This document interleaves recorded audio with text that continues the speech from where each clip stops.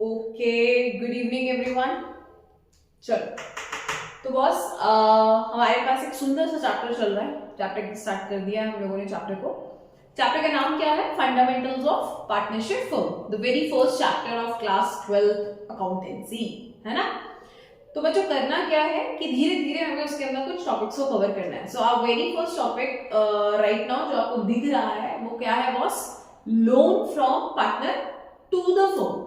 Head का नाम क्या है? Loan from partner to the firm, है ना। जरा समझिए बच्चों, ये पिक्चर क्या कह रही है कि बॉस अगर हमारे पास एक पार्टनर है, क्या है?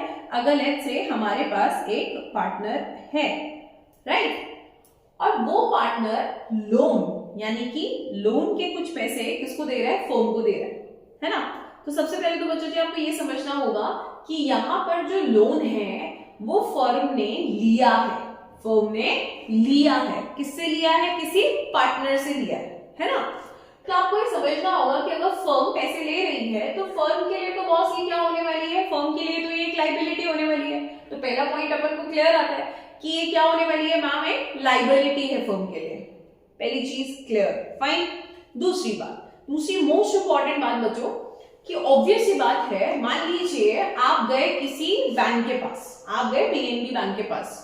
पीएनबी बैंक के मैनेजर को कहा आपने कि सर मुझे क्या दे दीजिए? लोन दे दीजिए।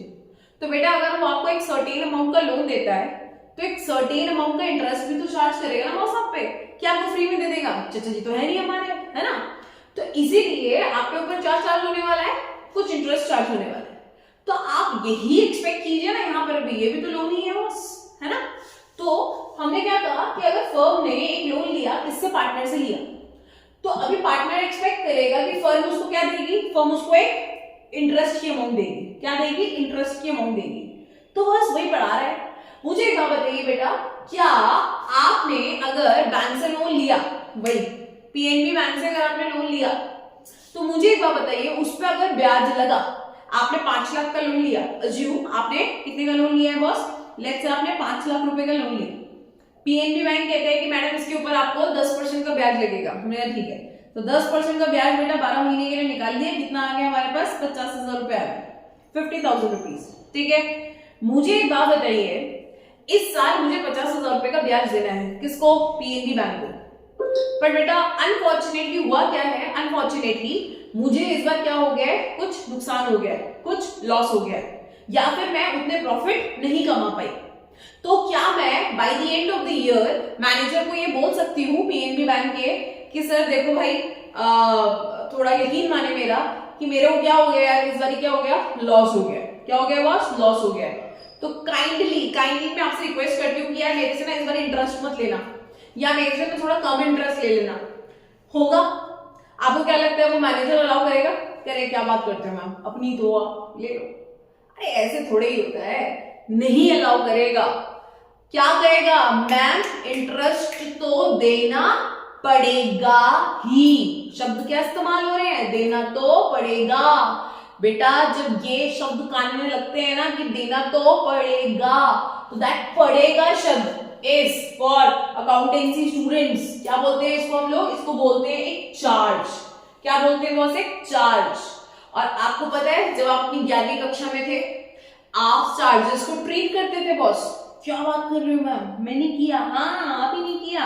याद कीजिए, आप जब अपना क्या बनाया करते थे बेटा? पीएनएल अकाउंट बनाया करते थे। क्या बनाते थे? छोटू सा प्यारा सा पीएनएल अकाउंट बनाते थे। तो जब आप पीएनएल अकाउंट बनाते थे मेरे लाल, तो इधर हम लोग क्या लिखा करते थे? इधर हमारी सारी कमाई आ जाती थी, इनकम्स आती थी, और इधर क्या आते थे हमारे सारे के सारे? इधर हमारे सारे के सारे एक्सपेंसेस आ जाते थे, right. And my dear students, आपको पता होना चाहिए कि ये जो खर्चे आपको दिख रहे हैं ना, ये एक्सपेंसेस आपको दिख रहे हैं ना, इन्हीं को ही प्यार से आप चार्जेस बोलते हो।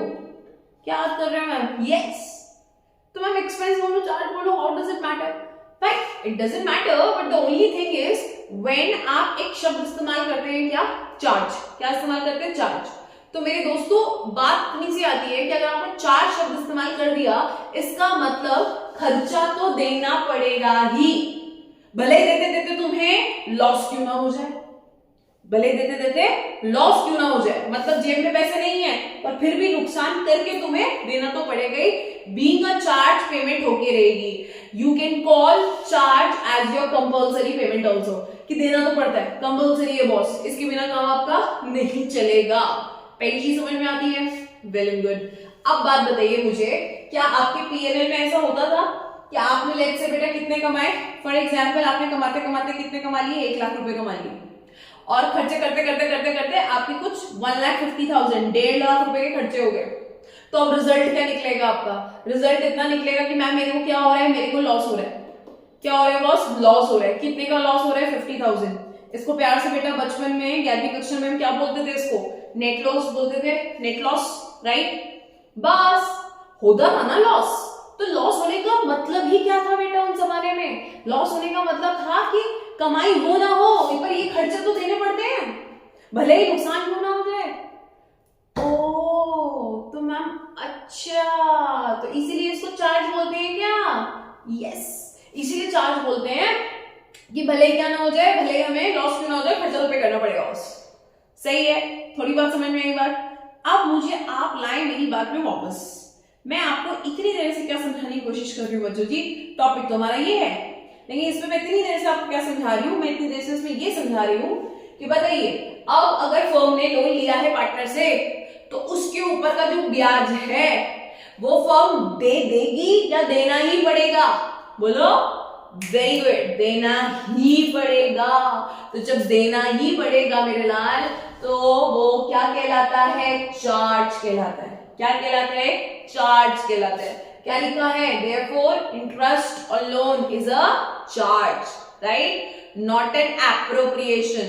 एप्रोप्रिएशन क्या होता है? वो खर्चे जो प्रॉफिट हुए तो पार्टनर्स को दे देंगे, नहीं हुए तो नहीं देंगे। पर यहां तो ऐसा ऑप्शन नहीं है, यहां तो आपको देना ही पड़ेगा। Very good, right? परफेक्ट। तो चलो मैम आपकी बात समझ ली। क्या है बॉस? ये हमारे लिए क्या है? ये लाइबिलिटी है। क्या है? लाइबिलिटी है। लाइबिलिटी पे इंटरेस्ट लगेगा हमने कहा, तो वो फिर क्या कहलाने वाला है? चार्ज कहलाने वाला है। क्या कहलाने वाला है? चार्ज। और अगर चार्ज है तो देना पड़ेगा। ठीक है, परफेक्ट। तीसरी मोस्ट इंपॉर्टेंट बात, मैम कितना इंटरेस्ट है, कितना देना है मैम इंटरेस्ट? तो दो बातें ध्यान रखनी है आपको।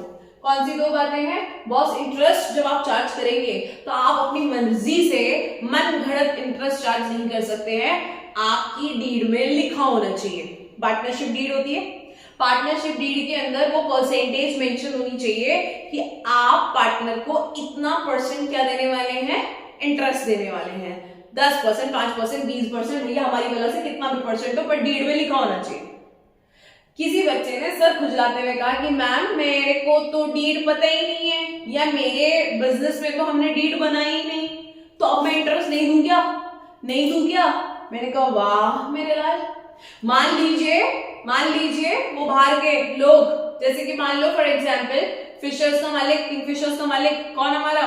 कौन? विजय माल्या।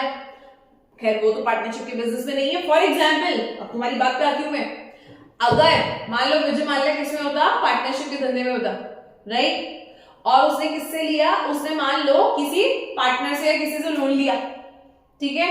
और जब इंटरेस्ट चुकाने की बारी आई तो वो क्या कह रहा है? दूंगा ही नहीं मैं तो। मैंने कहा अरे, कह रहा नहीं दूंगा मैंने कहा अरे, कह रहा इसलिए नहीं दूंगा क्योंकि मेरी डीड में लिखा ही नहीं है, मैंने कभी लिखवाया ही नहीं कि मैं इंटरेस्ट दूंगा।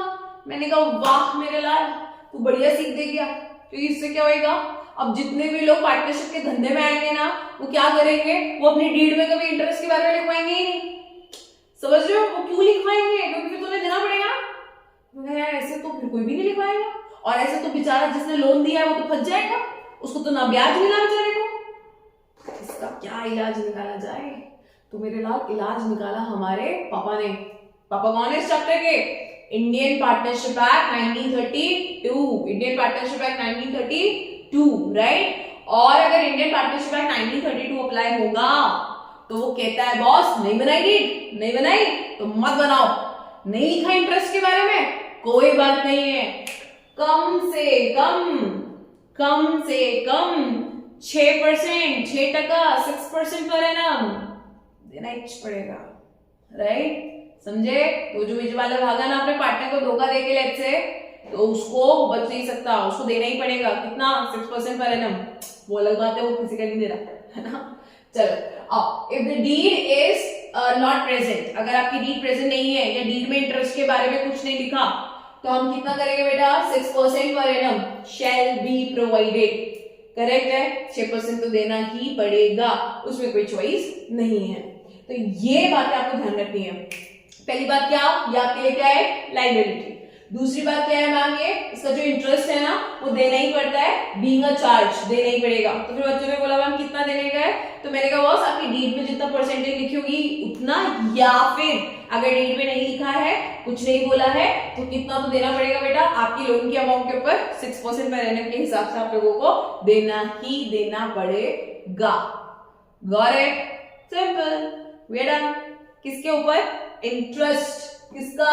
जो पार्टनर ने लोन दिया। किसको दिया? फर्म को दिया। आ रही है बात समझ में? Very good.